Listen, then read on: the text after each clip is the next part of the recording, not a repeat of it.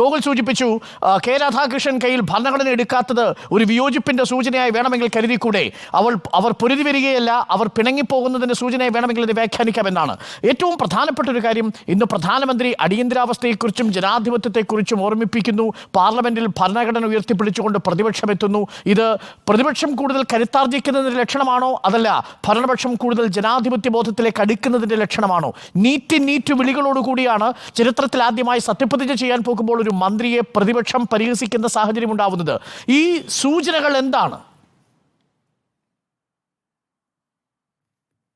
ഇവിടെ തെരഞ്ഞെടുപ്പ് സമയത്ത് 400-ലധികം സീറ്റ് നേടും. അങ്ങനെ BJP ഒറ്റയ്ക്ക് ഭൂരിപക്ഷം കിട്ടിക്കഴിഞ്ഞാൽ ഭരണഘടന ഞങ്ങൾ ഭേദഗതി ചെയ്യും, പൊളിച്ചെഴുത്ത് നടത്തുമെന്ന് BJPയുടെ നേതാക്കന്മാരും മുൻ മന്ത്രിമാർ തന്നെ നിരവധി തവണ പ്രസ്താവന നടത്തിയത് തെരഞ്ഞെടുപ്പ് കാലഘട്ടത്തിൽ നമ്മൾ ചർച്ച ചെയ്തതാണ്. കഴിഞ്ഞ 10 വർഷം ഈ രാജ്യത്ത് ഭരണഘടനയെ ദുർബലപ്പെടുത്തിയ നിരവധി ഇടപെടലുകളുണ്ടായി. ഏറ്റവും ആദ്യം കാശ്മീരിനെ കീറിമുറിച്ചു. ഇന്ത്യക്ക് സ്വാതന്ത്ര്യം കിട്ടുമ്പോൾ കാശ്മീർ രാജ്യത്തിന്റെ ഭാഗമായിരുന്നില്ല, പിന്നീട് ഭാഗമായി മാറി. അത് സുപ്രീം കോടതി പരിശോധിക്കുമ്പോൾ 2 കാര്യം പറഞ്ഞു: ഞങ്ങൾ ഇതിൽ ഇടപെടുന്നില്ല, അത് നയപരമായിട്ടുള്ള കാര്യമാണ്, പക്ഷേ കാശ്മീരിനെ കീറിമുറിക്കാൻ സ്വീകരിച്ച നടപടിക്രമങ്ങളെല്ലാം തെറ്റാണ് എന്ന് സുപ്രീം കോടതി കണ്ടെത്തുന്ന കാര്യങ്ങൾ നമ്മുടെ മുന്നിലുണ്ട്. ഞാൻ അതിന്റെ വിശദാംശങ്ങളിലേക്ക് കടക്കുന്നില്ല.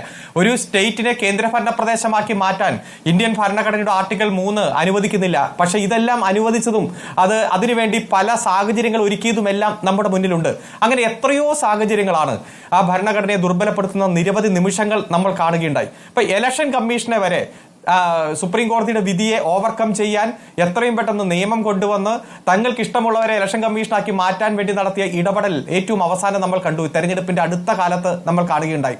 അതുപോലെ പൗരത്വ ഭേദഗതി നിയമമായാലും മുത്തലാഖ് പരിഷ്കരണ നിയമമായാലും ഗവർണർമാരെ ഉപയോഗിച്ചുകൊണ്ട് രാഷ്ട്രീയം കളിക്കുമ്പോൾ ഭരണഘടന ഗവർണർക്ക് കൊടുക്കുന്ന പദവികൾ ദുരുപയോഗം ചെയ്ത സാഹചര്യം, അതുപോലെ കേന്ദ്ര അന്വേഷണ ഏജൻസികൾ ദുരുപയോഗം ചെയ്ത സാഹചര്യം, ഏറ്റവും അവസാനം ഇലക്ട്രൽ ബോർഡുമായി ബന്ധപ്പെട്ടുകൊണ്ട്, ബുൾഡോസർ സംസ്കാരവുമായി ബന്ധപ്പെട്ടുകൊണ്ട് ലേബർ കോഡ് നടപ്പാക്കിയപ്പോൾ, കാർഷിക പരിഷ്കരണ നിയമം നടപ്പാക്കിയപ്പോൾ, യൂണിഫോം സിവിൽ കോഡുമായി ബന്ധപ്പെട്ടുകൊണ്ട് നടത്തിയ ഇടപെടലുകൾ, ഒരേ രാജ്യം ഒരേ തെരഞ്ഞെടുപ്പുമായി ബന്ധപ്പെട്ടുകൊണ്ട് ഭരണഘടനയിലെ പല വകുപ്പുകളും ദുർബലപ്പെടുത്താൻ വേണ്ടി നടത്തിയ ശ്രമം, അങ്ങനെ 10 വർഷം നടത്തിയ നിരവധി ശ്രമങ്ങൾ നമ്മുടെ മുന്നിലുണ്ട്. അത് പൂർണ്ണതയിലെത്തി ഈ ഭരണഘടനയെ തന്നെ ഇല്ലായ്മ ചെയ്യും.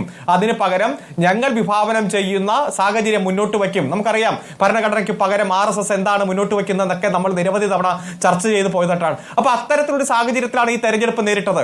അതുകൊണ്ട് ഈ രാജ്യത്തെ തകർക്കുന്ന ഇന്ത്യയായി നിലനിൽക്കാൻ, ഈ മതനിരപേക്ഷ രാജ്യത്തിന്റെ ഭരണഘടന നമ്മൾ വിഭാവനം ചെയ്ത ഭരണഘടനയായി നിലനിർത്താൻ വേണ്ടിയിട്ടുള്ള പോരാട്ടമായിരുന്നു ഈ തെരഞ്ഞെടുപ്പ്.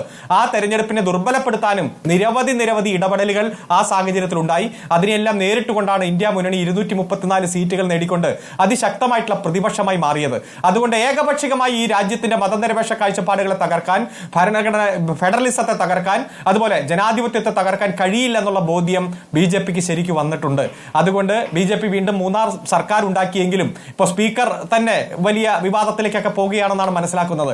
ഏതായാലും ഈ രാജ്യത്തെ ഇന്ന് കാണുന്ന രാജ്യമാക്കി നിലനിർത്താനും കൂടുതൽ ജനാധിപത്യവും അതുപോലെ ഫെഡറലിസവും മതേതരത്വത്തിന്റെയും ഉള്ളടക്കമുള്ള ഒരു രാജ്യമാക്കി മാറ്റാൻ ഈ പ്രതിപക്ഷത്തിന്റെ ഐക്യനിര നമുക്ക് ഘടകമാകും.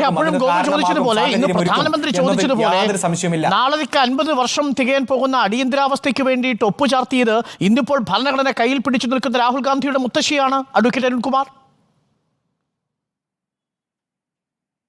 ഭരണഘടനയുടെ കറുത്ത നാളുകൾ ഇപ്പോഴും നമ്മുടെ മനസ്സിലുണ്ട്. 1975 ജൂൺ മാസം 25 മുതൽ 2-2.5 വർഷം നമുക്ക് മറക്കാൻ കഴിയില്ല. പത്രസ്വാതന്ത്ര്യം നിഷേധിച്ചും ജനാധിപത്യപരമായിട്ടുള്ള എല്ലാ അവകാശങ്ങൾ ഇല്ലായ്മ ചെയ്യും. അതുപോലെ തന്നെ പോലീസ് രാജ്യം അതിന്റെ ഭാഗമായി അനുഭവിക്കേണ്ടി വന്ന ക്രൂരതകളും കാര്യങ്ങളും എല്ലാം നമ്മുടെ മുന്നിലുണ്ട്.